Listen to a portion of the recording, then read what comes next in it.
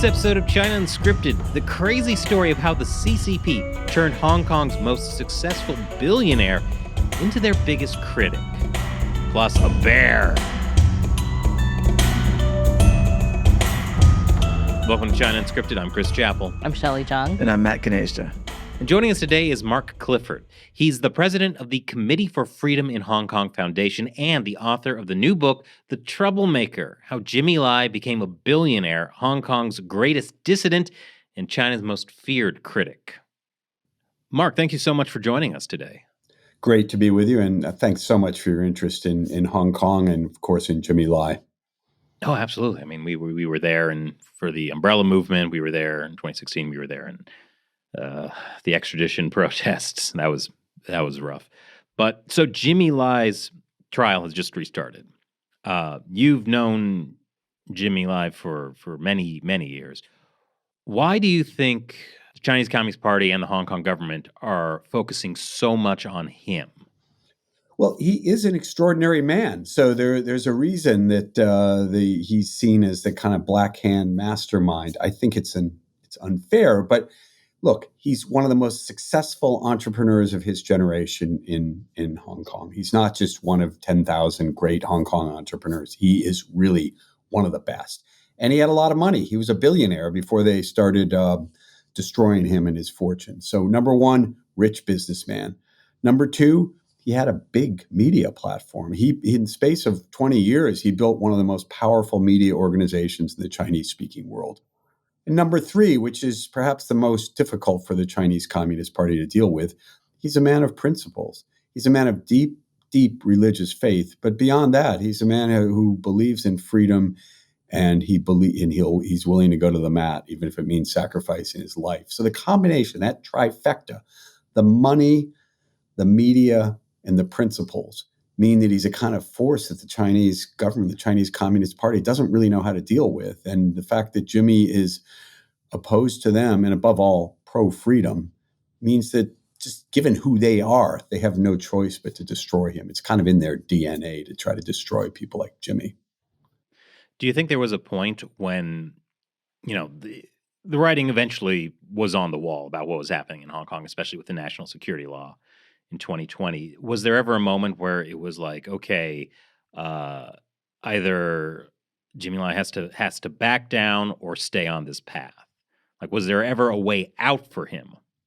Well, it's interesting. I first met Jimmy in 1993. I profiled him when I was at the Far Eastern Economic Review, and we stayed in pretty close touch. I knew him over the years. I was on the board of directors of his media company.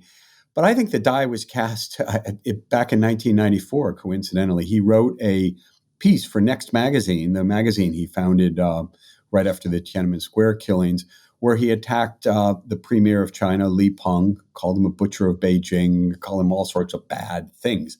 Very intemperate language. And this was on the occasion of Li Peng's first trip to the West since the Tiananmen massacre.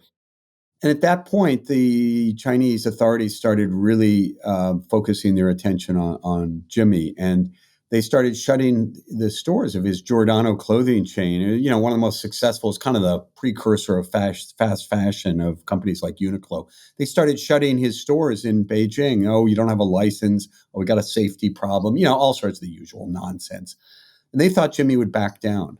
I mean, every other businessman that they deal with backs down. Jimmy didn't back down. He said, I'll sell the company. He sold the clothing company and never looked back. And so I think the die was kind of cast in 1994. Now, of course, there were many, many times Jimmy could have taken a different path. He could have not started the newspaper. He could have said, wow, a magazine's enough trouble. I don't need a newspaper. Started a fabulously successful newspaper. As time went on, I think he became, more and more convinced of the justice of his position really for freedom. Many people talked to him about leaving. And he said, I would rather be hanging from a lamppost in central Hong Kong than give the communists the satisfaction of saying that I ran away. I mean, that's just the kind of guy he is. Most of us aren't really wired like that, but that's who he is. Wow. It's interesting just thinking about someone who, lives a billionaire lifestyle and such a luxurious life, and then they're in like a prison cell, probably a lot of solitary confinement, but just like these gray concrete drab walls. I just like to go from that to that is it's very hard for most people to deal with. Well, I don't think really any of us, I mean, he's kind of, I don't know, one in a million, one in a billion in some senses. Nobody else like him in China.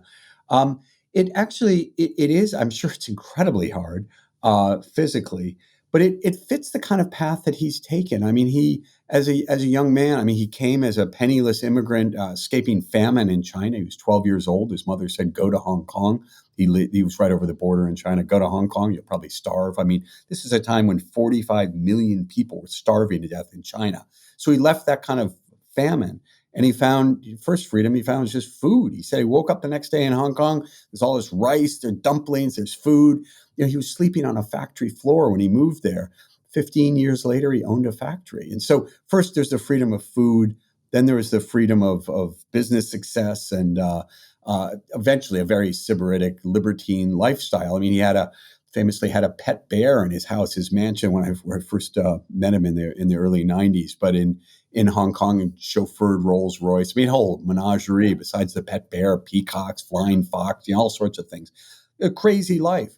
And then he got more and more committed to the cause of democracy, and along the way converted to Catholicism. And in a way, it's a very fitting life that he's leading now. But I certainly don't mean to make light of it, because you mentioned solitary confinement. He's been in prison consecutively more than 1,400 days. Almost all of that time, he's been in solitary confinement. You think about that. It's a place. Here's a guy who used to drink the best Bordeaux wine.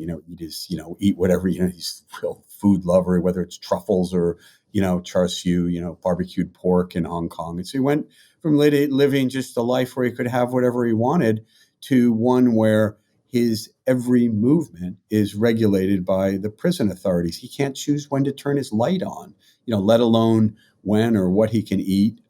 It's all regulated. And yet within that, I think he's found freedom. His reading is almost exclusively, I think it is exclusively Catholic theological works. He paints a lot. He's self-taught. Well, not completely self-taught, because he did study art. Does a lot of paintings, all religious themed. Christ on the cross, the Virgin Mary. So within he prays a lot. He has to do prison labor. So it's quite a journey, but from everything we can tell, he's spiritually and mentally very, very free. However, it is taking a real physical toll on him. I mean, he's 76 years old. He had diabetes when he went into prison. Since then, he's had COVID, suffered COVID during his prison stay. He's had a cataract operation. I don't want to say it was botched, but it was done in a prison hospital. And by all accounts, he can't really see very well anymore. So he's lost a lot of weight. Authorities won't even allow photographers to take a picture of him. The last image we've seen was taken surreptitiously by Associated Press photographer back in the summer of 2023. But by all accounts, he's in court now, and he's apparently lost a lot of weight. Yeah, he's 76. I mean, I think anybody would be suffering, but you go through that kind of hardship at that age with pre-existing health conditions, and it's rough. I think just a quick digression, but I think it's always interesting with a story like Jimmy Lai. Part of the communist message is that capitalism and all these billionaires are oppressive and they keep the people down. But in a story like him, like you see, he fled communism where he was starving, became successful, and became this great person. And then again, communism comes back and oppresses. It's totally ironic. And yeah, I think most of us would have left. I left. I mean, and I wasn't in as much danger as he was. It's unbelievable. But the story of Jimmy Lai is really the story of Hong Kong, and that's why. I mean, he is kind of chosen to take on kind of the suffering of the Hong Kong people in a way. I mean, he said, kind of like, I got you. I helped get you into this. I'm not leaving now. But the story of people fled China after the 1949 Communist Revolution because they didn't want to be starving. They didn't want to be oppressed. Hong Kong got a couple of million refugees over the years. It got, I think, about 3 or 4 million people who fled communist China. Then China comes back in 1997 when the British left the colony and turned it over to the Chinese. All sorts of wonderful promises about how Hong Kong was going to be freer than ever. Its existing way of life would stay the same. And instead, here we are again, 75 years after the birth of the Chinese Communist Revolution, and they've smothered Hong Kong from, as you say, people who fled that very system and whose kids grew up in an atmosphere and a spirit of freedom, expecting more freedom, expecting democracy. And instead, they're just being smothered by a thuggish authoritarian government. It's just unbelievable. More butchers of Beijing. Shelley, your question. I was going to ask if Jimmy Lai is allowed to have any communication with the outside world. So that's a great question. Well, I have to say, as his biographer, it was very tough writing a biography of somebody that you can't communicate with. So he can have very limited communication. He's allowed to meet 2 to 4 times a month for half-hour meetings. They could be, I guess, with anybody who gets permission. In fact, it's with his wife and his children, who several of whom are still in Hong Kong. It seems that authorities have stopped letters from reaching him. I know I have not communicated with him because of the whole national security law. I mean, what he's being charged for basically is talking to foreigners, and far more important people than me, people like Vice President Mike Pence, Secretary of State Mike Pompeo. But this whole issue of collusion, even his son, Sebastian, who's living in Taiwan, can't go back. His father wasn't able to go to Sebastian's wedding, hasn't been able to see Sebastian's daughter, his granddaughter. Sebastian couldn't visit Hong Kong without risk of arrest. The Hong Kong government has attacked him simply for standing up for his father. You think of that, trying to rip apart families like that. So, yeah, the short answer is, sure, he can talk to his wife, Teresa, through plexiglass, incredibly monitored conversations, 2, 3, maybe 4 times a month. For a half an hour, and then at the end of that, it's finished. He gets limited reading material. As I say, it's illegal, but they seem to have shut the flow of letters. We can't exactly track that because you don't know what's getting through and what's not. So very, very restricted. Of course, he's able, in limited cases, to talk to his lawyers and have access to them, such as at the moment when the trial, his national security law trial, is just resumed. He's a Catholic. Do you know if he's been given access to the Eucharist? Excellent question. He's now been denied that in recent months. Really? But he has an international legal team that's working on his behalf, and they surfaced that issue, which is a tremendous concern to his family. And the Hong Kong government came back with this really weird response saying that he hadn't asked for it, and no priest had asked to give him communion, and nobody wanted to cause any trouble. It's like, come on, you know how many there are many Catholics in Hong Kong. He's very, very close to Cardinal Zen, who's aging and would have a difficult time, but was able to administer Holy Communion in the prison. And I'm sure there are many priests who'd be willing to go in to meet with Jimmy and give him the Eucharist. And the answer is no. And then the Hong Kong government is kind of admitting it and kind of lying about it. It's completely illegal, and it's inhumane because his Catholic faith and the love of his wife and family, and I believe the support of people around the world is really what's keeping him going. So I mean, it's cruel beyond belief to deny him communion. It's so crazy what's happened in the last few years with Hong Kong courts, right? Because in the beginning, and I mean like even the after the handover, the first decade plus of Hong Kong under the one country, two systems, it still had a pretty independent court.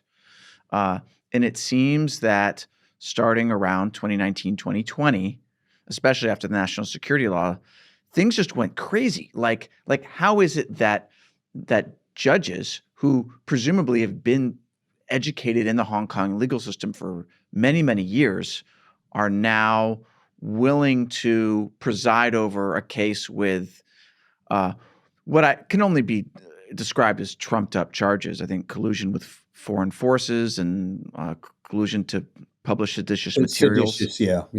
Something like that. So how does that happen in the Hong Kong court system so quickly and so brutally? I think that's a question that we're going to be trying to puzzle out for many years. It does not speak well to the integrity of the judges who are seeing these cases.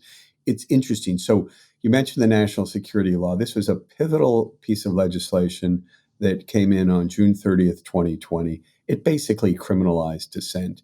It took away, there are many rights, such as right to trial by jury. That was guaranteed in a document that the Chinese communists themselves promulgated, the so-called Basic Law. It's a kind of mini constitution that, underpinned the handover to Chinese rule. So, trial by jury, the right to pick your own lawyer, freedom of speech, freedom of press, freedom of assembly, freedom of religion. I mean, all the things that we would take for granted in a Western society, one by one, they're just knocked down by the national security law. So Jimmy wanted to have his own lawyer from abroad, which is a common practice in Hong Kong. It's a small jurisdiction, and you want to get the best lawyer you can, especially if money is no object. And he tried to hire a guy engaged at King's Counsel, Tim Owen, who'd practiced in Hong Kong, was trying a case in Hong Kong.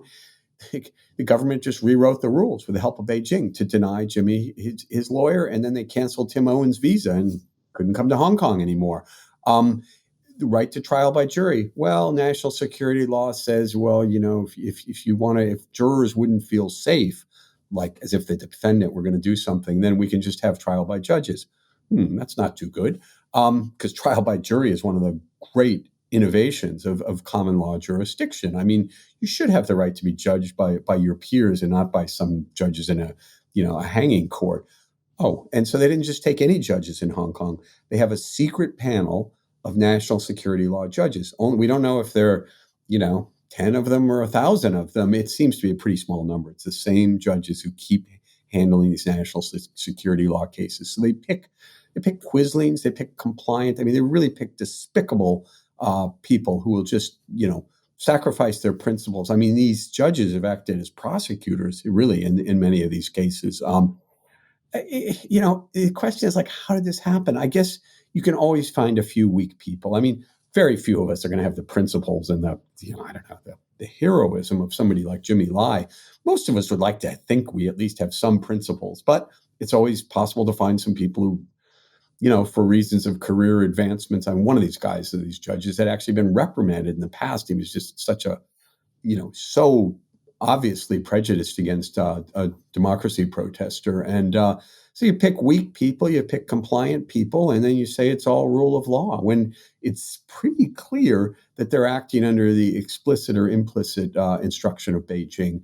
They have about a 97% conviction rate in the national security law cases. And it's impossible to imagine that Jimmy wouldn't be convicted. So I don't know if that really answers your question, except to say, excuse me, I don't think there's really anywhere in the world in the last century that's gone from 60 to 0 in terms of freedom without like a war or a revolution or something like this. They've just done it. The guys are still wearing their wigs, the guys and the women. It still looks like it's a British court or something. And yet the principles that they have, they've undercut are just, it's almost beyond it's almost beyond belief. It's so fast, so harsh, that you can't even really comprehend it. I'll just finish with one final example. Jimmy got, I think it was 14 months in prison because he attended a commemoration of the June 4th Tiananmen killings. Every year those were held in Hong Kong. It was the only place in China where we could hold them. The last one that was freely allowed to be held was 2019. I was there. Some of you might have been there. 160,000 people, or some big demo or commemoration, very somber vigil. The next year, because of COVID, the government would not give permission. Jimmy decided to go to Victoria Park, where the commemoration is always held, got out of his car, refused to speak to the press, refused to make a statement. He lit a candle, he said a prayer, silently got back into his car. For that, he was convicted of inciting a riot. Can you imagine inciting a riot? And the judges said, well, you're a famous person. Basically, people respect you. Therefore, you coming incited a riot. There was no violence. There was no riot. But that's the kind of so-called justice that we have in Hong Kong. And this is, the Hong Kong government says that Jimmy and others are being convicted according to law. This is complete nonsense. It's rule by law. There's no more rule of law in Hong Kong. It reminds me of when that blind lawyer Chen Guangcheng was convicted of blocking traffic or whatever. It's just like, sure, you've incited a riot. There was no riot. There was no protest even, right? So it was just, yeah.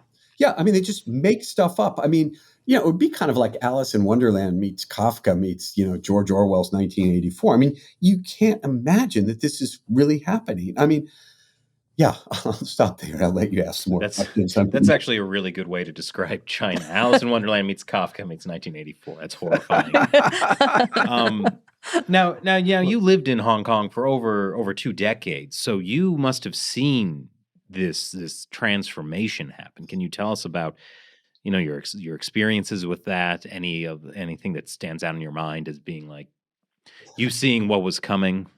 Well, yeah, I mean, I moved there in 1992 after 5 years in South Korea, and South Korea had just gone through this remarkable transformation from it wasn't technically a military dictatorship when I moved there in first half of 1987, but pretty close to, well, what it is today, thriving democracy. And by the way, if you told me that the New York Times was going to move its Asian editorial headquarters from Hong Kong to Seoul, if you told anybody that in the late 1980s, they would have thought you were nuts. But in fact, that's what's happened. So at that point, Hong Kong, I go down to Hong Kong. It was the land of freedom. I mean, dozens of Chinese language newspapers, a robust English language media, a couple or three, maybe at that point, English language newspapers. It's kind of like anything goes. Now, there wasn't democracy. There was freedom, but there wasn't democracy. And I came a month before a remarkable man named Chris Patton, Lord Patton, became the last governor. He said, forget it, I'm not wearing the plumes and all the finery of British colonials. We're going to throw that off symbolically, but also we're going to throw it off. We're going to have elections. They'd had the first kind of baby territory-wide elections a few months before Patton came. And he introduced, something close to universal suffrage, halfway there, in terms of electing the city council. I mean, think about it. You're electing the city council, which didn't even have the power to initiate spending bills or anything. It was a very top-down administrative government. So Patton set the bar pretty high. But Hong Kong people were already well-educated. They were increasingly traveling. They knew about the world. They were ready. They were ready for freedom as anybody. And hundreds of thousands of them had gone out after the Tiananmen killings. Then the Chinese came. And first of all, they were very angry that Patton had kind of wrecked their so-called through train. They had hoped that the British colonialists would keep a kind of repressed political system. And Patton blew all that out of the water. We can get back to that and why he did that. But I think he was a remarkable man, and he made up for a lot of the deficiencies during the 156 years of British colonial rule. But whatever deficiencies Hong Kong had during that time, it did have rule of law. And that's something Jimmy Lai talks about all the time. It's the first thing he talks about. He's a great human rights campaigner. He's a, unbelievable, I guess you could say, dissident. But it's interesting because he talks about it always in terms of Western values. He talks about rule of law, freedom of speech. So these are the values that Jimmy inculcated in the time since he'd arrived in 1961 until the British left. And so, at first it was okay. I think we were all trying to give the Chinese the benefit of the doubt. They were trying to keep their hands off things. But of course, they needed to control. They don't know what to do other than to control. And they, in 2003, tried to come in with a national security law. Not surprisingly, 500,000 people went out in the streets and said, no way. Now, that was when Jimmy and his newspaper, Apple Daily, started becoming more overtly political. They'd always fought against corruption. They had always worked for democracy. But in 2003, they actively worked to get people out in the streets. And I think that's when he really became a target. So, after 2003, you saw, the tensions building because it was clear that China was not going to keep its promises to move towards more democracy, which, by the way, just really meant electing the mayor and having full universal suffrage for the city council. So we just saw things, getting increasingly tense. You guys mentioned the 2014 umbrella movement when for 79 days students camped out in front of the government headquarters. Jimmy was there every one of those 79 days. He was tear gassed. He was arrested.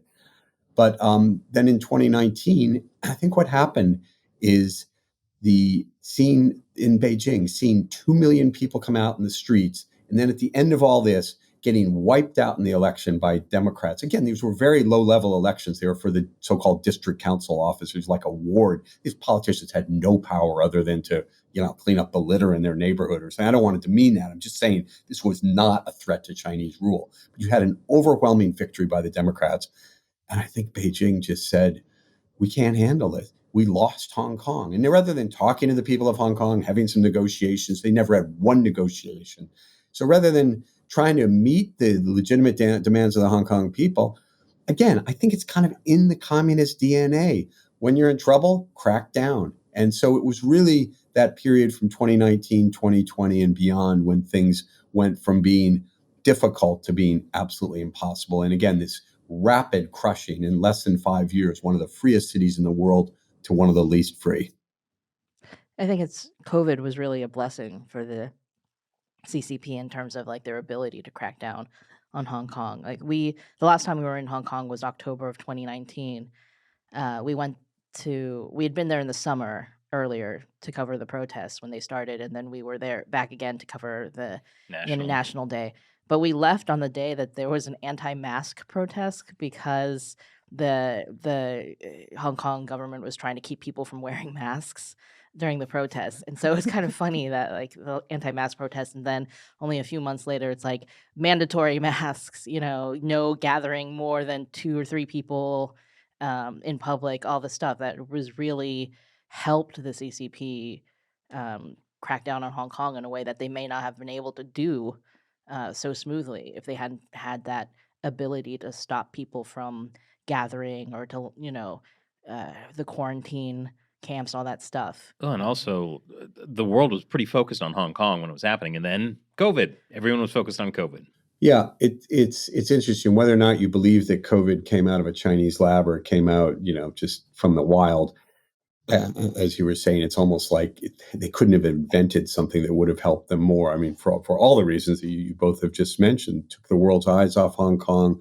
It allowed, so they say, oh, sorry, you can't have any more protests, COVID, it's funny with the thing of going from, you can't wear a mask or we're going to throw you in jail to you must wear a mask or we're going to throw you in jail. That's typical of the kind of, complete policy flip-flops we see in a communist system. So in addition to Jimmy Lai, whose trial is started, there's also this month 45 other pro-democracy protesters are not even protesters. Some of them are just more activists or people who believe in democracy have been sentenced to pretty severe. Some of them were legislative officials, like they were in the government. Right. Yeah. So like that's a lot of people who just got some pretty harsh sentences. Benny Tai got 10 years. Other people got 4 or more years. But he was up for life, so it was so nice that they only gave him 10 years. Yeah. I think as Shirley was saying, most of them were elected officials. Many of them were district councilors who had won in that previous November's election. They actually were guilty of, subversion of state power. What did that mean, really? It meant that they ran an unofficial election primary to try to get the strongest candidates to run for legislative office. So you think about this. You've got lawyers, professors like Benny Tai, journalists, activists, social workers. I mean, just engaged citizens. They're the kind of people in our country, we'd celebrate them for being involved. And you want to lock them up. You just destroy their lives, destroy their family lives. So that there were 75 people, I think, initially picked up, of whom 47 were charged, 45 convicted. Yeah, cumulatively, they got 250 years. And yeah, we're supposed to feel grateful if the sentences weren't longer. I mean, the guy who brought me out to Asia for the first time, editor Philip Bowering from the Far Eastern Economic Review, his wife, Claudia Mo, former journalist, 67, almost 68 years old. She's been held in jail for almost 4 years. For what? She gave up her British citizenship because she was patriotic enough that she wanted to run for the Legislative Council in Hong Kong. She did successfully and won many times. These are the kind of people that you're trying to destroy. So then you're going to come back and have a global financial leaders summit as Hong Kong did in the middle of November and tell the heads of Goldman Sachs and Morgan Stanley that everything's good and getting better in Hong Kong. Just had a little trouble a few years ago. Don't worry, nothing to do with you. You can still make money. Well, I'm sorry. Global financial centers don't have political prisoners. Full stop. Do you think that's a message Goldman Sachs and others are taking? Well, we're trying to make sure, and we're going to increasingly try to make sure that they hear that, and that they hear that from people in the U.S. I mean, it's unconscionable that they're. I mean, look, they can have their business there. In fact, business is not good. Although they go and say nice things in Hong Kong, many financial firms are actually quietly pulling out. Nobody announces when they leave. But I think it's outrageous that David Solomon and people from Apollo, from Morgan Stanley, really leading financial firms are going to go and basically give aid and comfort to a repressive regime. Again, you show me any other global financial center where they're throwing political prisoners in jail. I mean, Hong Kong went from zero to, over the past 5 years, 1,900, more than 1,900 people have been jailed on political charges. And I mean, it goes on. There's still 7,000 people who haven't been tried yet. I mean, you tell me this is a normal financial center that's on a par with London and New York as it used to be? You can't have both. You want a financial center, you need free flow of information. You might not care about democracy. You've got to have free information. If you can't run a newspaper, I mean, they're putting people in jail now because they've got a T-shirt with some slogan that the government doesn't like. Yes, I don't know if Goldman's hearing it yet.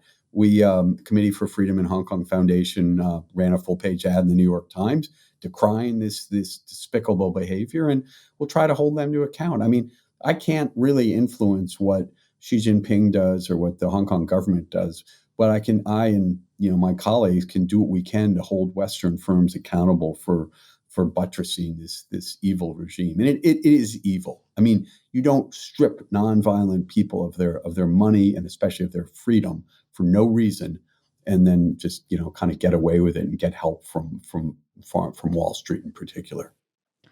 I'm wondering what you think of what's happened to the media in Hong Kong, because you said you came at the Far Eastern Economic Review and you've been involved in some of the other English language papers in Hong Kong. What do you think is happening now to the media? Well, it's sad. I mean, there's no free media. I was the editor-in-chief of both the South China Morning Post and the Standard, where I was also the publisher. And, I'd be lying if I said there was no political pressure. This was back in the early 2000s. But, it was okay. It was tolerable. You could have pretty gutsy and good reporting.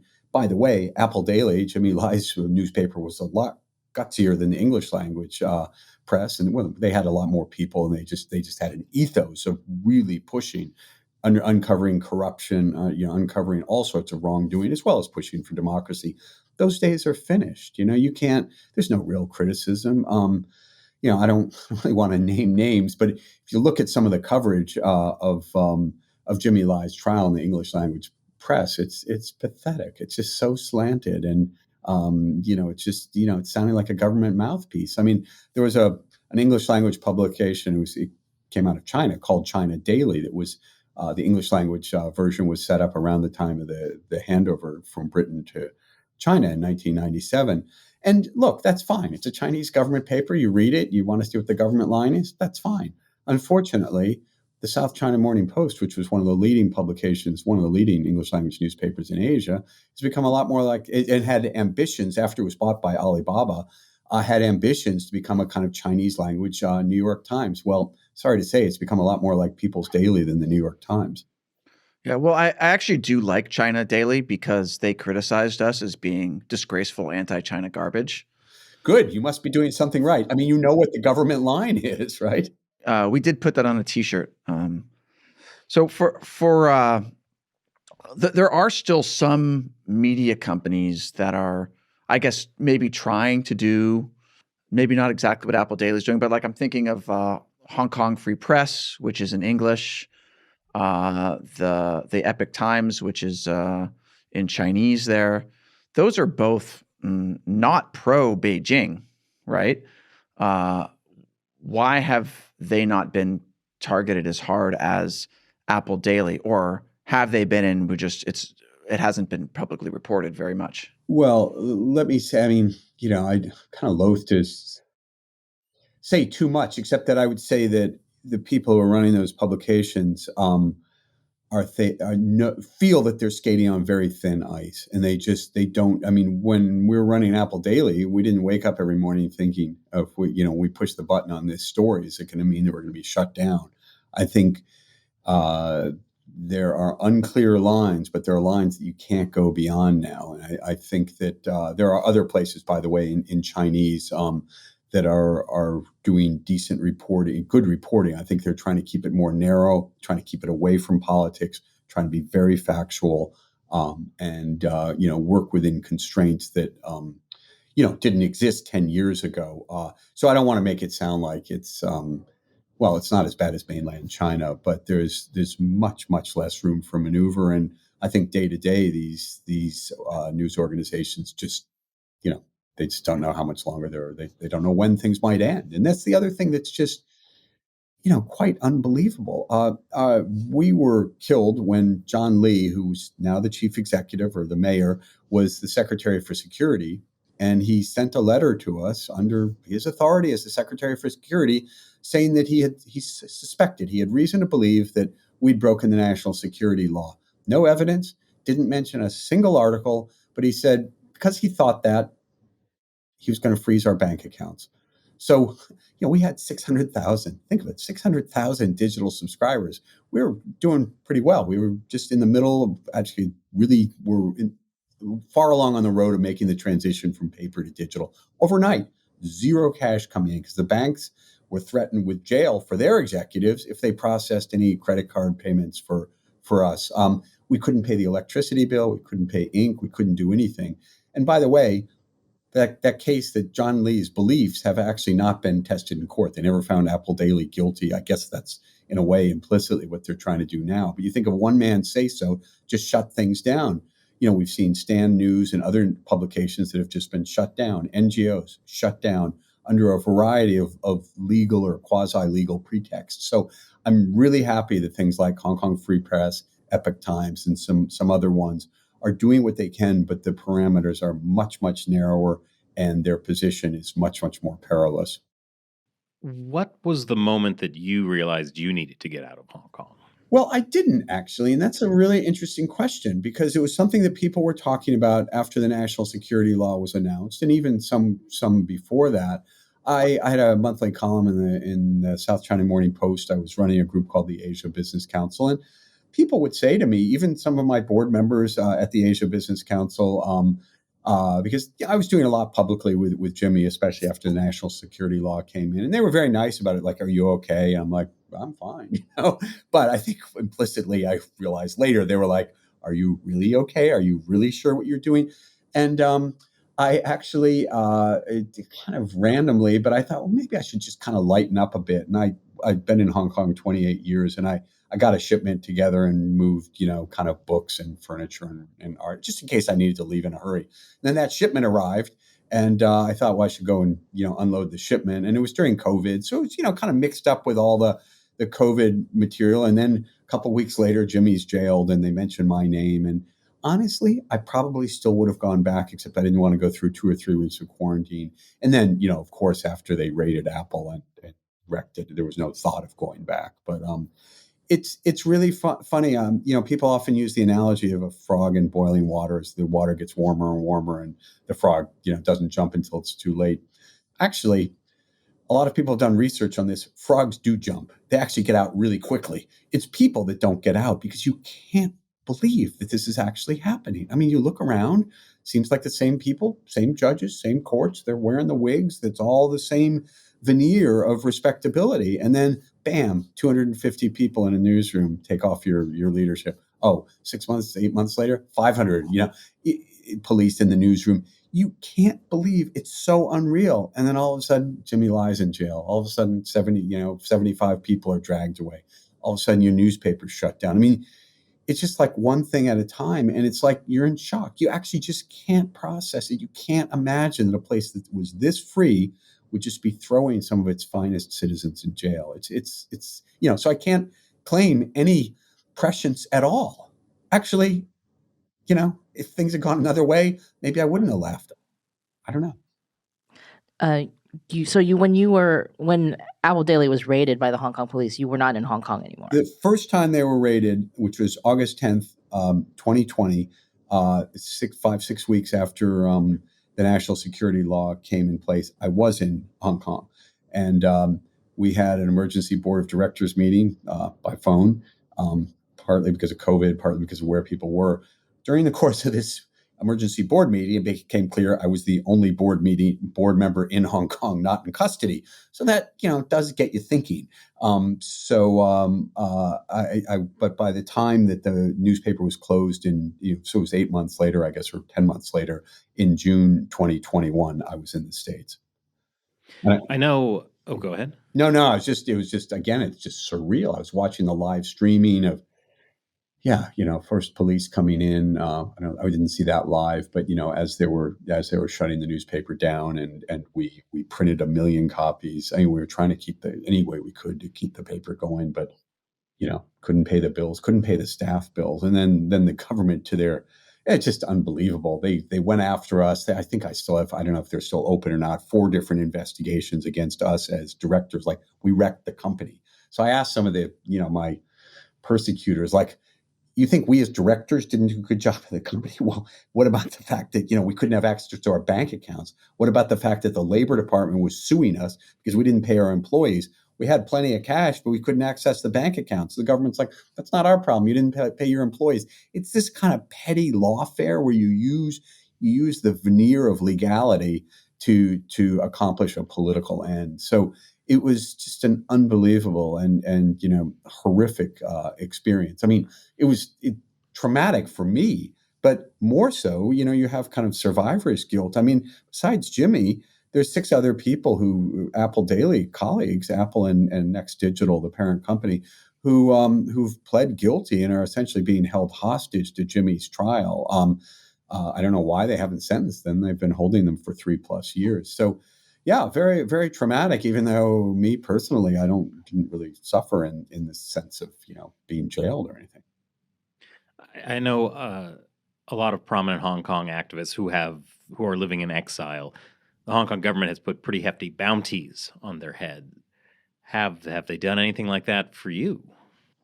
It's very interesting. They've really targeted ethnic Chinese. So one of them is my colleague, Francis Hoy, who is our advocacy coordinator based in DC. I mean, the FBI ended up arresting someone who had been stalking her a few years earlier, actually, when she was a student up in the Boston area. And then she's got a bounty on her head. Her family gets harassed. I mean, there are 13 of them. They each have $1 million Hong Kong dollars. It's about $128,000 bounty. If you turn Frances in and get her back to be successfully prosecuted in Hong Kong. I mean, it's a joke. I think it's a performative thing, but it's just very interesting. They target ethnic Chinese. This is the other thing. CCP has a very racist policy towards many things. So Jimmy Lai is a British citizen. Just take one example that I happen to know about. He's a British citizen, full British citizen, never had Chinese papers since the day he left China in 1961 to illegally come into Hong Kong. Always had British papers, British passport, nothing Chinese. The Chinese will not give consular access to the UK, the United Kingdom consulate in Hong Kong, which has the right to see a UK citizen in prison. They say he's a Chinese citizen. How's he a Chinese citizen? Never, doesn't have Chinese papers, but looks Chinese, born in China. He's ours forever. So I don't know. It's just strange the fact that they kind of don't go after foreign, and long may it last. I mean, I don't want them coming after me. And thankfully, as far as I know, they haven't. Any reaction to the book that you have coming out? Well, it's not out yet. So let's see. Maybe that'll get you the bounty. If so, please don't try to collect it. Well, this is a digital interview. We can't actually lay hands on you. Well, so actually, let me ask you about your book. So the title of your book is The Troublemaker. I was going to ask you why you called it that, but I think it's fairly obvious. It's a book, of course, about the sort of life story of Jimmy Lai, and it starts with him it's a crazy story, really. Like it starts with him being born in his family originally in Guangdong province. They were not a poor family. They actually were, pretty successful business people. His father was successful, but when the communists came, that success became a liability. Absolutely. Yeah. And what happened after that? Yeah. Well, by the way, I called it the troublemaker because that's how Jimmy Lai described himself to me when we were talking one time. And it kind of unwittingly echoes this great civil rights icon, John Lewis, who said, "Make trouble, make good trouble." And and so I didn't want to make it sound like somehow he was tied up with John Lewis. And then, really surprisingly to me, in the course of my research, I found out, in fact, Jimmy did meet John Lewis, and in fact, had John Lewis make a video for the students for the protesters in 2019, imploring them to remain nonviolent. And so there's actually a picture in the book of Jimmy, another Hong Kong human rights leader, Martin Lee, and John Lewis in the U.S. Capitol. And so, there is that sense of, okay, make good trouble, but let's keep the moral high ground. Jimmy is a huge proponent of nonviolence and really had some issues with the violence that some of the students engaged, or some of the protesters engaged in 2019.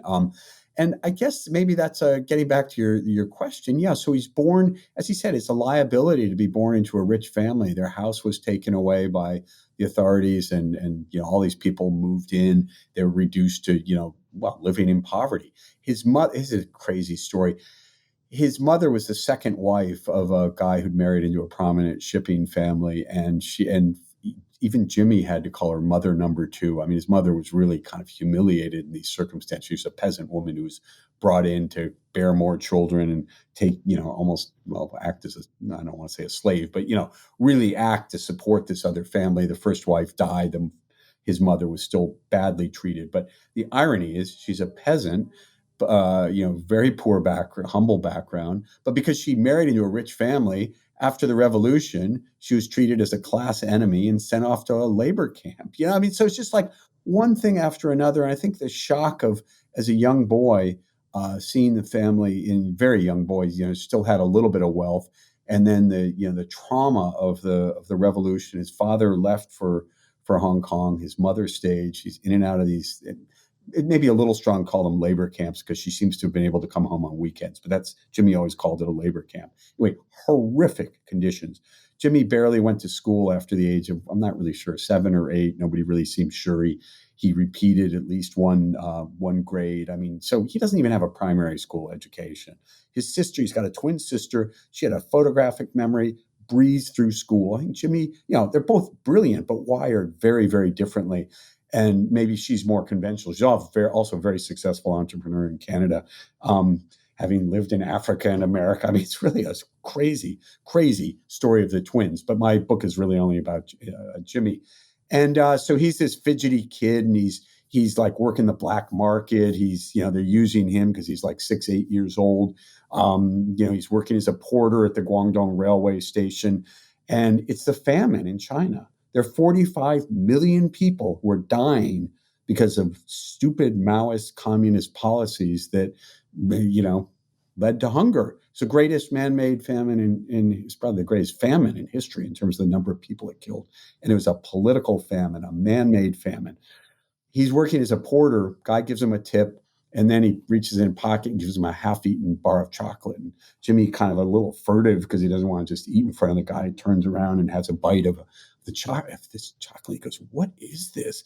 He has chocolate. He goes, "Where are you from?" He goes, "I'm from Hong Kong." He goes, "Hong Kong must be heaven if you've got chocolate." And so that was almost like this Proustian moment for him. And he was 11 then, begged his mother for a year. Of course, his mother's not going to let this little kid go to Hong Kong.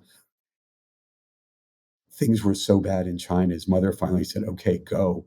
And he managed to get a one-way visa to Macau and went there, and then got on a fishing boat and illegally entered Hong Kong. And so he's sleeping in a factory, teaching himself English by reading the dictionary and talking to older people who helped him out a little bit. A dozen years after he gets to Hong Kong, he's sleeping on a table in the factory. A dozen years later, he owns a factory.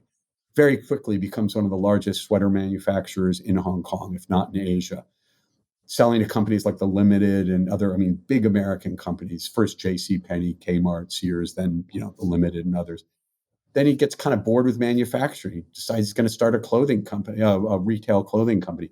So he starts this, kind of fast fashion company. A guy named Tadashi Yanai comes down from Japan, learns from him, starts Uniqlo. Today, Uniqlo, Tadashi Yanai is worth $35 billion. Uniqlo is like revolutionized the global fashion industry.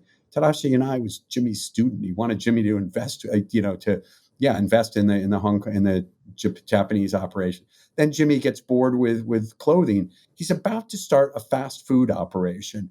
His idea was actually what Chipotle ended up doing a few years later. Lots of ingredients, giving the consumer the illusion of choice, but not actually, but making it very efficient. And, he's an amazing entrepreneur. And that's one of the things that, even though I've known him for 3 decades, really came through in the research for the book. Then Tiananmen comes and he goes, forget fast food. I'm going to go into media. I think that's the thing. He goes, the Communist Party is, think about it, the Berlin Wall's falling, the Soviet Union's on its last legs. Jimmy's like, media is freedom. He saw CNN, he saw technology. He said, media, transparency, freedom. He's such a Chinese patriot. That's the irony of this trial.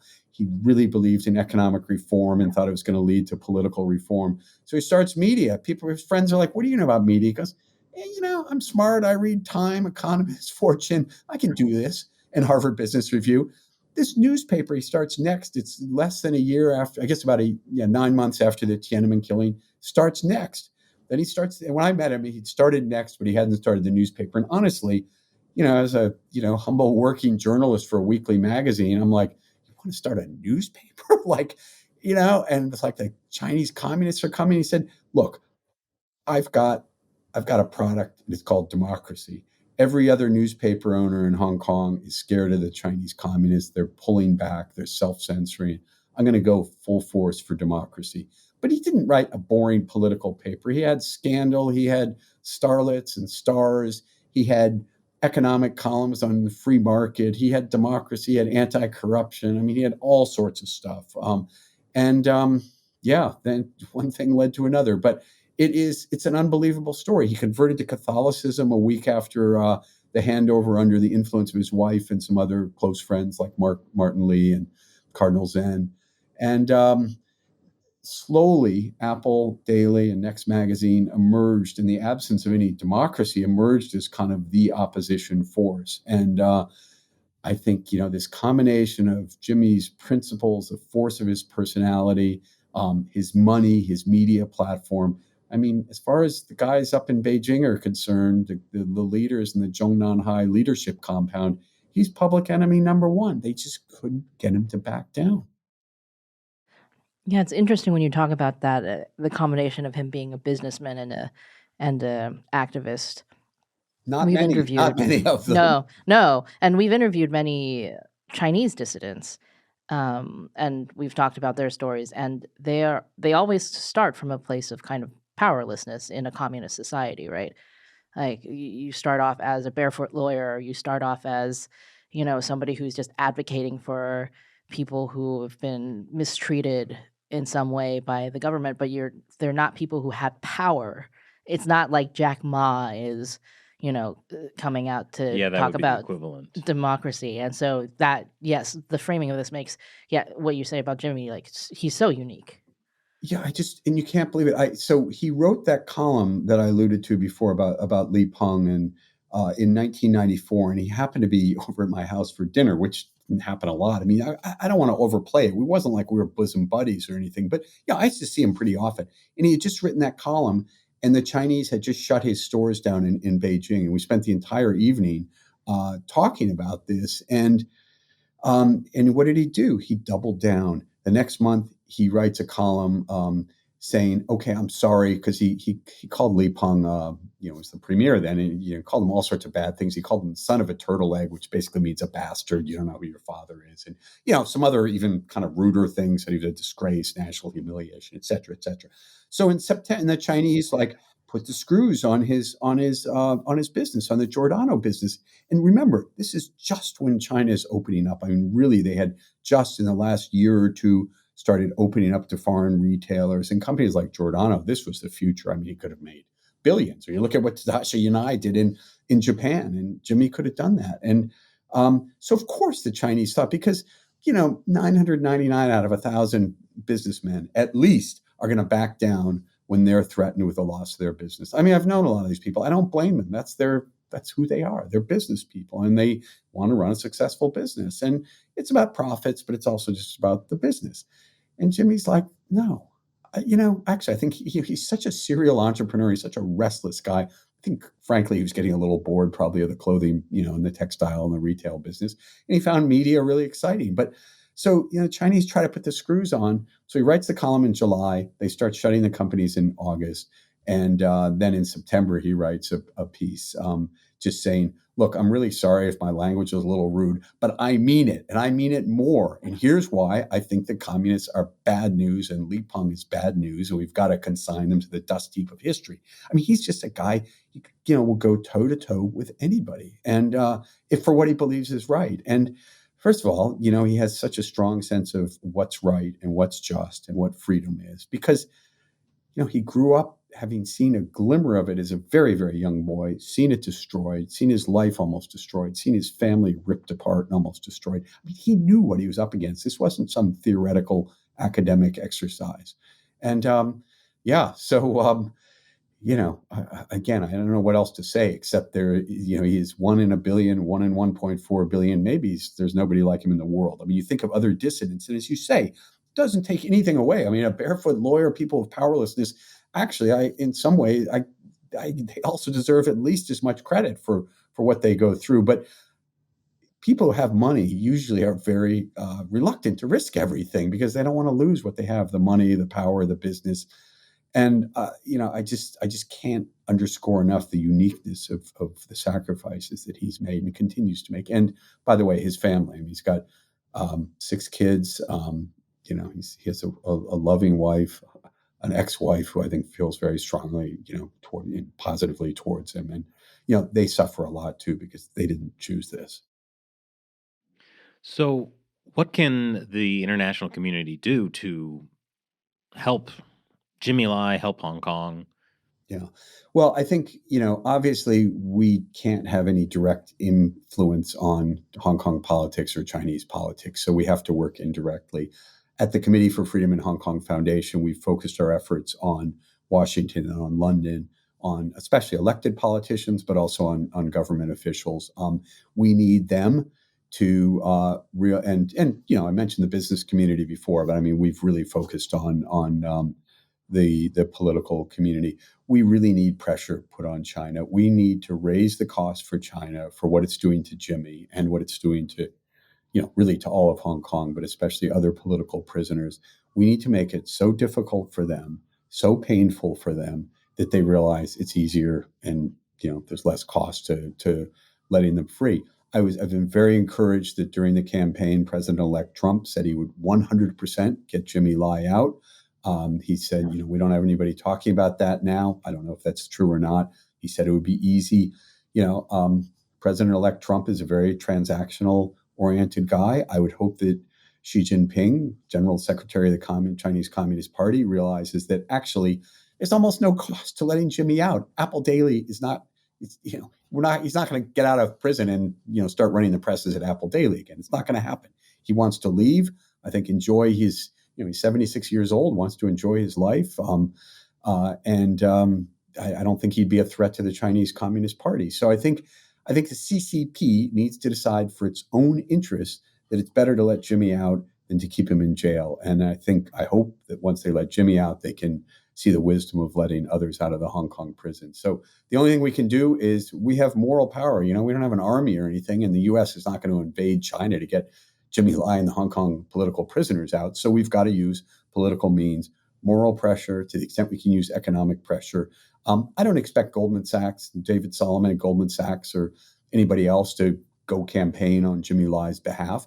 I would hope that quietly the business community, our friends in the business community who are very friendly to the Chinese, can start making the point to the Chinese leadership that this is causing everybody way more trouble than it's worth. And until they let Jimmy out, the pressure is just going to keep increasing. So I'm at the Committee for Freedom in Hong Kong Foundation. We're thecfhk.org, so THECFHK.org. We've got a newsletter. The more the merrier when it comes to public support. I mentioned President Trump, but I think that one really encouraging thing about Hong Kong in general, or Hong Kong particularly, Jimmy, Hong Kong, China, it's a real bipartisan issue in the U.S. and I think in the West. I think people on both sides of the aisle in Washington understand the importance of Jimmy, the importance of Hong Kong as still a beacon of freedom, although a bit under a bushel right now. And that there's widespread support. This is just such a great, easy, obvious issue, and let's try to solve it together. And we have really appreciated the support. Speaker Emerita Nancy Pelosi the other day was at a press conference, in support of the Hong Kong 45. There's just been great support on Capitol Hill, and we've had good support from the current administration. Looking forward to more support from the incoming administration. So that's where our power and that's where our force comes from. Do you have anything specific that you would like our viewers to do? Well, I think to the extent that you are politically engaged or engaged with your Congress member, it would be great to underscore the importance of Hong Kong. A previous book I wrote was called Today Hong Kong, Tomorrow the World, and I do fear that if we don't keep freedom alive to the extent we can, even though it's under threat in Hong Kong, that it's going to be that much easier for China to feel emboldened to go into Taiwan or go into other places. I'd like to say write letters to Jimmy Lai, but they've been cutting off his mail, it seems like, so we can't even give him that comfort. But remember who he is. If you're a person of faith, please pray for him. If you're a political person, please work with your representatives and others, and just keep an eye out for the kind of nefarious, panda hugging tactics, I think, of the Chinese Communist Party and the Hong Kong government to make it seem like everything's normal in Hong Kong, because it's not. We've never seen the kind of rapid destruction of freedom that we've seen in Hong Kong, as I said, outside of a war or a revolution. And it doesn't have to last forever. So we're going to keep the light burning. Well, thank you. No more hugging pandas. Or hugging. I'm guessing Jimmy Lai's bear was not a panda bear. No, it's called a moon bear. I'm told by his daughter that it really liked cream soda. It once tried to escape, and Jimmy wrestled with it and got a bit scratched up. But it was not a panda. I think he had pretty much everything else in that zoo back there. But I'm almost getting RFK Jr. vibes from that. We got to save Jimmy Lai and do it for the bear. Exactly. Well, really, thank you for all your interest and all the work you do on behalf of China and Hong Kong and freedom. So thanks for your interest. Absolutely. And we'll leave a link to your foundation below for the audience to click on and check out. Thank you very much for joining us today. Thank you. Really appreciate it. Hope to see you again sometime. Definitely. Yeah, one of the things that stood out to me is just like all the petty ways the CCP tries to go after people. They use their families, or in this case, it's shocking that they're denying Jimmy Lai the Eucharist, which is like so core to his faith. But I don't think that's petty. I think that's actually like the CCP trying to break him. It's right? But they don't understand religion because they're an evil cult themselves. By persecuting him in such a way, yeah, he might not be able to eat the Eucharist, but he is now closer to Christ through this persecution. He gets to taste a little bit of what Christ endured. I think that's kind of when Mark was talking about if he's painting Christ on the cross. Obviously, this is something he's thinking about, right? Yeah. So it's not what they think it is because they don't understand people. They don't understand human nature. Right. It's like the CCP targets the things they fear most, right? They fear rich people, where they want to kill them and take their stuff. They fear people who have a voice, and he has a huge voice with the Apple Daily. And they fear religion because religion puts people's faith outside the Communist Party. So Jimmy Lai is the trifecta of those things that the CCP fears most. But then the irony is, by going after him, like if the CCP had just they shut down the Apple Daily and they just kind of didn't make a public spectacle of him anymore, like he wouldn't have been this. Well, I public mean, as soon figure, as you right? shut down Apple Daily, Jimmy Lai is going to say something. That's probably true. I mean, Yeah. it's actually very hard to squash him. Yeah, I mean, like what you're saying is like the CCP would have to not be an evil cult. If only they were not an evil cult and ran China well and didn't persecute people, then Right. Jimmy Lai wouldn't have become a critic of it. Yeah, I think they don't really understand. Like I have nothing against Jack Ma, but look at what happened with Jack Ma. He got he got persecuted. He got disappeared for 3 months. He came back and he didn't say anything so much to support the CCP, but he stopped criticizing, and then he just left the country and leads a relatively quiet life in Japan. And I think they probably expected that they could do that to anybody. And Jimmy Lai is this weird exception. Well, also, I mean, I think he hasn't been conditioned by living under the communist system for his entire life, right? Yeah. Like, yeah, he did for the first 12 years of his life, but then he lived in Hong Kong. And from what Mark was talking about, how he was like really interested in, learning all these things and really treasured, freedom. Well, that's the Right. difference. He escaped. Yeah. And then like Western values, all these things that he felt like were great about Hong Kong. So, yeah, I think that's the difference when the CCP comes in, because they've been used to squashing their own people for so long that like Hong Kong was tough for them for a while because people weren't knuckling under the way that they thought they would. Like in a way, it took them probably about 20 years longer than they thought it was going to, because even though they promised 50 years of no change under one country, two systems, like Mark mentioned, they tried in 2003 to implement the national security law under Article 23. Yeah, they probably thought that's when. Yeah, so they probably thought that was, going to do it. And then people still kind of held them off for another 20 years. Yeah. And that's something that they probably were pretty pissed about because, they didn't like that Hong Kong didn't kind of go quietly like Macau did or something like that. Yeah, and I think it's really it's kind of touching to hear what Jimmy had to say about like Western values, because I think right now we're in a period where a lot of people in the West are critical of Western values, or things have been reframed that Western values is just about colonialism, which is a narrative the CCP loves to use in Hong Kong. And that there really is a lot that we should treasure.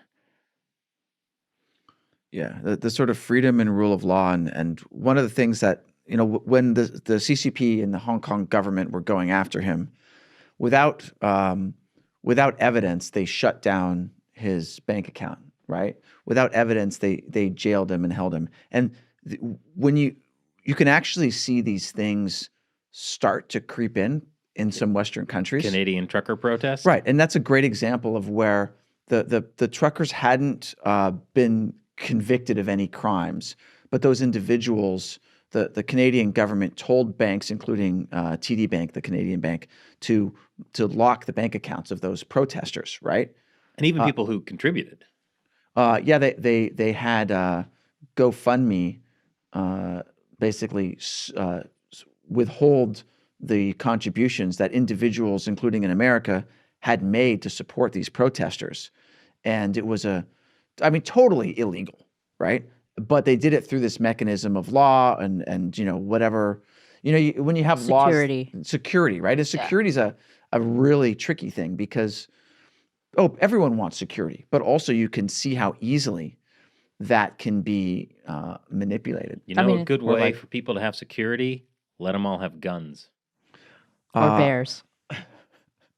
Or bears. Don't let the bears have guns, because then it'll be Planet of the Bears. I actually didn't know that. I don't know. They don't we have the opposable... right to bear arms. They don't have opposable thumbs, so there may not be such a Planet of the Apes style uprising. But I did not know that Jimmy Lai had this crazy menagerie. And a moon bear. I don't know what a moon bear is. It's a small bear. It's not like Okay, it's not like a grizzly Pokemon. bear size. Clefairy was from the moon. Not a grizzly bear. Yeah. Well, I mean, you have to have You want a small bear, right? Right. You don't want a small bear. Yeah. You don't want That makes more sense how we could wrestle with it. yes. And drink little cream soda. It's so cute. I feel like PETA would not be happy with that.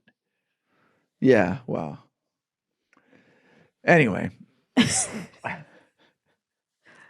I was gonna say something about the security state point that you made, but now I've completely forgotten it because we started talking about bear arms. Well, I mean, okay, so Hong Kong, like all this that's happening under Hong Kong, like the national security law. So they're framing everything under security. But I want to make another point about Western governments infringing on the sort of this issue of security or for safety.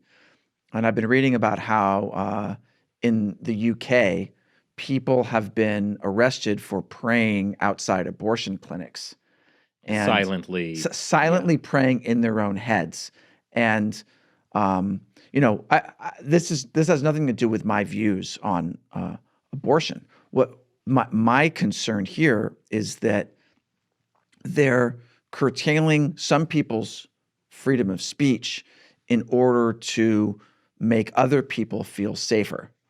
But it's not actually keeping them safe from bodily injury. I mean, can you even say it's freedom of speech? They're not saying anything. They're thinking. Yeah, something in their head. it's freedom of thought, which is like super Orwell meets Kafka meets Alice in Wonderland. I don't know if we've hit the Alice in Wonderland part yet, but well, yeah. I mean, it's basically like when you start to curtail speech or thought or money, right, under the guise of security, but you're doing it in a way that's not backed by criminal charges. This is when things get really scary, and you start to see the liberal democracies slipping and becoming authoritarian in this way. And that's what Hong Kong did in this very, very quick period, but it is happening in liberal democracies in a slow way, and we see these little snippets of it, and it's scary. I mean, we talked about COVID being a boon for the Chinese Communist Party, but also I think a lot of this slippage wouldn't have happened as fast, even in the Western world, if it hadn't been for suddenly COVID lockdowns are okay and this kind of stuff, right? A large number of people accepted very draconian rules of, no gatherings, don't go to church. Yeah, well, a lot of people accepted the ban on other people going to church, right? And because most Americans no longer go to church, I don't know what the percentage is actually, but like it's easy to say, oh well, yeah, I don't want my neighbors going to church because then they could get infected and blah blah blah. But then, like this is how I really believe that a government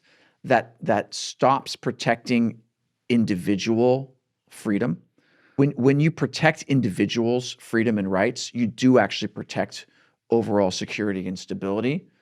But if you start to go after targeting overall security first, then that's when individual liberties and freedoms start to slip. And actually, they slip very, very fast. And very soon, it becomes more authoritarian than you believed was possible. I remember we did an episode of China Uncensored called early on in the pandemic called The Answer to like the cure for COVID the coronavirus is not authoritarianism. Right. It wasn't even called COVID yet. That's how it was early on the cure for the coronavirus isn't authoritarianism. Just calling out that governments should not be applauding, the scenes of people being put into boxes in China or locked inside their apartments and stuff like that. And of course, one is that didn't actually stop COVID ultimately from, spreading all over China. But two, do you remember what happened to that particular YouTube episode? Did it get... It was taken down. YouTube completely censored that episode. Mm-hmm. And then we did Is that one of the ones that we had to go tweet at YouTube? Yeah. We literally took to Twitter. When it was still Twitter. But anyway, so, right, and then again, it's YouTube thinking about, maybe instead of protecting our individual creators, we should have this idea of overall security and silence the people that are going to upset this overall security about the coronavirus. Well, speaking of that slide, like there was a Rasmussen poll from January 2022 where they surveyed Republicans and Democrats about these issues, and over 50% of Democrats said they wanted to fine the unvaccinated. Almost 60% said lock the unvaccinated at home. Over 40% said send unvaccinated to quarantine camps. About 40% said take children away from unvaccinated parents. About 50 said fine and imprison critics of vaccines. So yeah, you can see how supposedly, well-educated liberal Democrats, again, very easily find themselves sliding to authoritarianism. I think also with the stuff that happened, looking back, the U.S. was also one of the countries that was like didn't count natural immunity. Yeah, as one of the things. So it was just unlike a lot of European countries, and it's so sad that Sweden was completely wiped out. Not a single one survived. That country no longer exists because of their lax COVID policies. F in the chat. I think that's one of the funnier things that came out of COVID was that suddenly conservatives were like, we should follow Sweden. Let's look to Europe. Yes. And also conservatives were like, my body, my choice. Well, I mean, that's another case where a lot of conservatives are like basically imitating European abortion laws. Right. Look to Europe, the old world. I mean, so this really goes back to like what's happening in Hong Kong, which is that you start to see, and the CCP tried to implement these gradually, to just get like little bits of Hong Kong to slip here and slip there and slip more. But then there was a point where it just slipped completely away, and that was, I think, June 30th, 2020, when the national security law was implemented. But the Hong Kong people didn't go down without fighting. I think that's the thing that is also different, because they have mainland China right next door, and a lot of people, as Mark had mentioned, escaped from the communist system. Right. And so I think like a lot of the things that we were talking about that happened during COVID in the West or whatever, like I don't think people at the time especially understood what was dangerous about them. Like a lot of people didn't, because they never had that experience of authoritarianism. So in Hong Kong, when they started to try to pass the national security law, 500,000 people marched. When they started to try to implement patriotic education, right, that was the precursor to the umbrella movement, right, where like high school students came out and were like, we don't want this. So there were a lot of things that they tried to slip it through, but Hong Kong people were in general fairly vigilant. Right. Much more so than people in Europe or the United States and Canada. Yeah, because we haven't had that experience of being under authoritarianism that a lot of people did.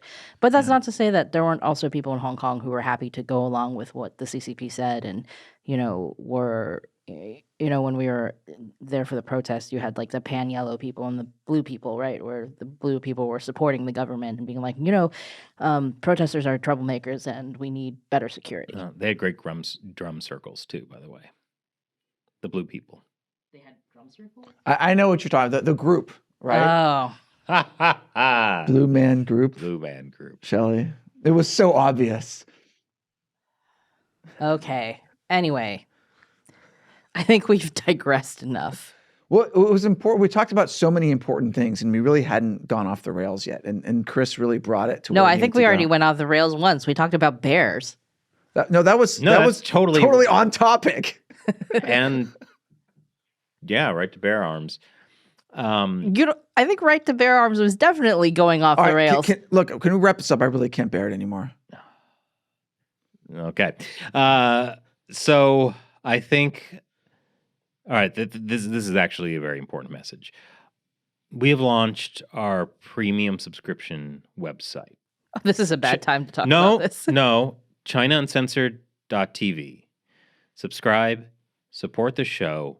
We'll use the money we make to buy a bear. And the bear will join us on the show.